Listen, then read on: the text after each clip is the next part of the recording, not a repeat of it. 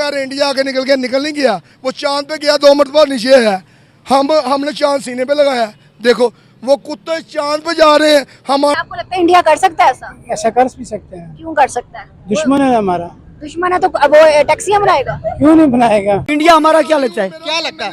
दुश्मन है हमारा दुश्मन है। हाँ, बराबरी कर सकते तो हम दुश्मन ये खड़े थे अभी, ये इटली जा रहे हैं कुछ दिन बाद पीएचडी के लिए। तो मैंने कहा यार अगर मुझे इंडिया और इटली का चूज करना पड़े तो probably I will consider India. ये आप सोच भी नहीं सकते।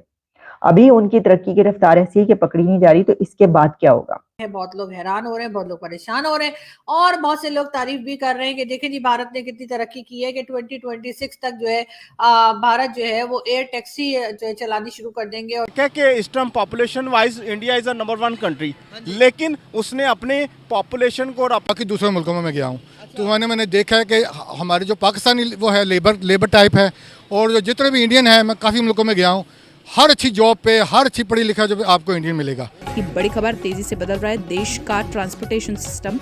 अब 7 मिनट में दिल्ली से गुरुग्राम पहुंचना होगा आसान। बता दें भारत में शुरू होने जा रही है इलेक्ट्रिक एयर टैक्सी सर्विस।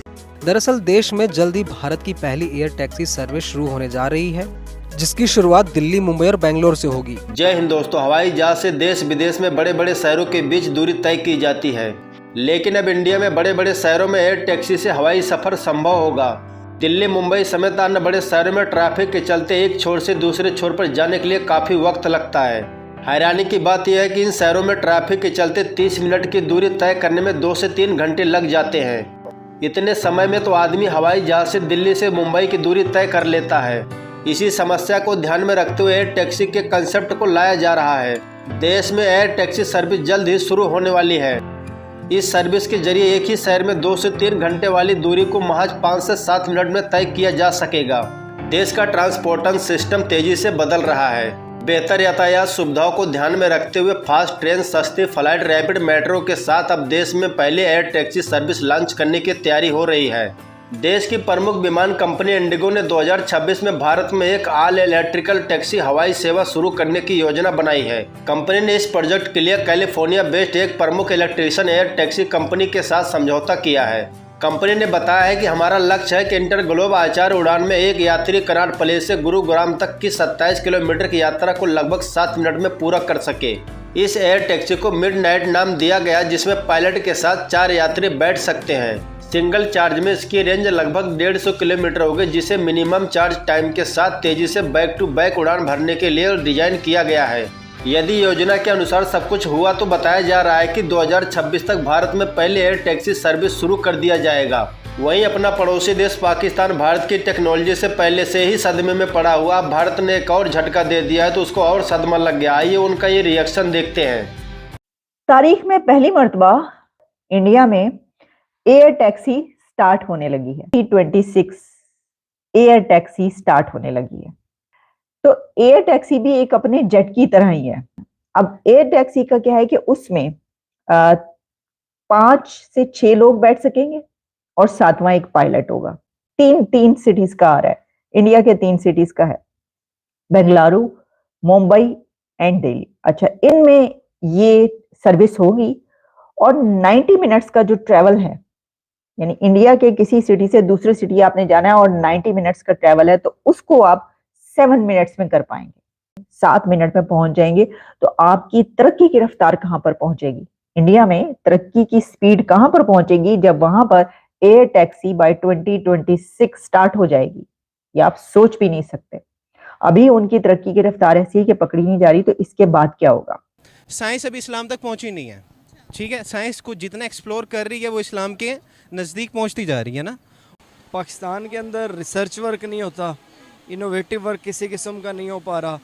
दूसरा, जो टेक्नोलॉजी हमारे पास, जो टेक्नोलॉजी वेस्टर्न कंट्रीज़ के अंदर हो जाती है आज, हाँ बिल्कुल, जो उसके बाद ख़त्म होने के बाद यहाँ पे फिर तब सीखना शुरू करते हैं कि हम लगी हूँ। एक कंट्री जिसने उड़ने वाली टैक्सी बनाई है और 2026 तक ओवरऑल भी कंट्री में चलेगी। मुझे बताएगा कौन सा मुल्क हो सकता है ये? मेरे हिसाब से अमेरिका नहीं, चाइना नहीं, स्विट्जरलैंड नहीं, फ्रांस नहीं, इटली नहीं, साउथ अफ्रीका, हमारा बहुत करीबी मुल्क है, हमारे बॉर्डर भी लगता है। इंडिया, क्या आपको लगता है इंडिया कर सकता है ऐसा? ऐसा कर भी सकते हैं, क्यों कर सकता है? दुश्मन है हमारा, दुश्मन है तो वो टैक्सियां बनाएगा? क्यों नहीं बनाएगा?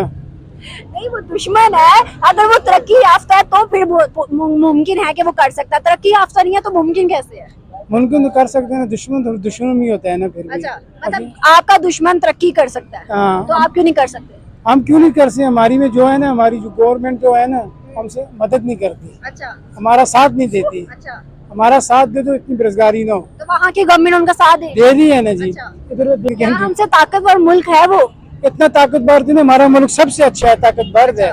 हमारे मुल्क जैसा कोई मुल्क नहीं है। अगर हमारा यहाँ पे फॉल्ट है ना कि हम चांद पे नहीं गए, तो हमारी टेक्नोलॉजी का फॉल्ट है। ऐसे नहीं है कि वो हम इंडिया गया है तो उनके लिए क्लैप बनता है, ठीक है, इंडिया की तारीफ़ करें।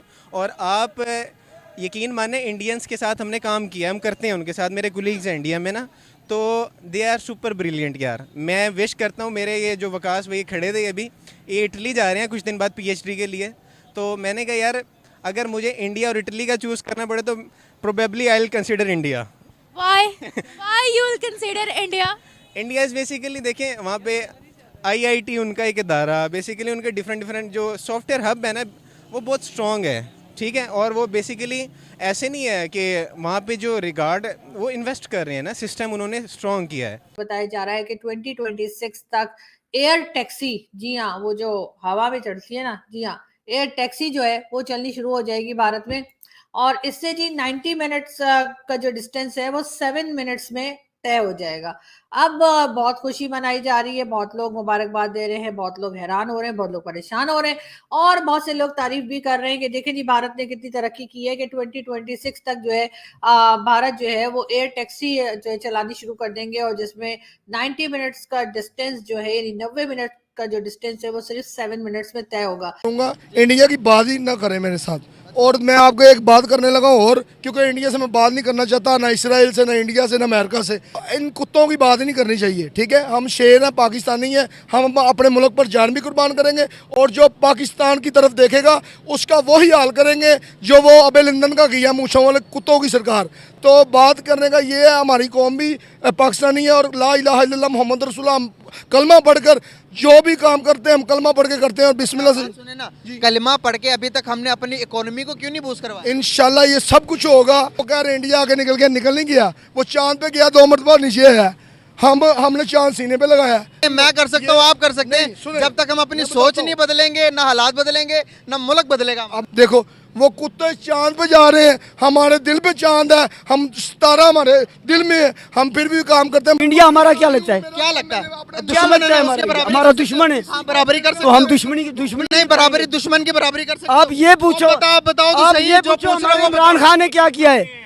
आप ओए, ये क्या करूं? ओए, अभी तक इमरान खान के बारे में बात कर करके क्या किया? और मेरे ओए हाथ नीचे करो, हाथ नीचे करके मैंने बात सुने। इंडिया ने अनाउंसमेंट की है कि 2026 तक वो एयर टैक्सी लॉन्च करेंगे।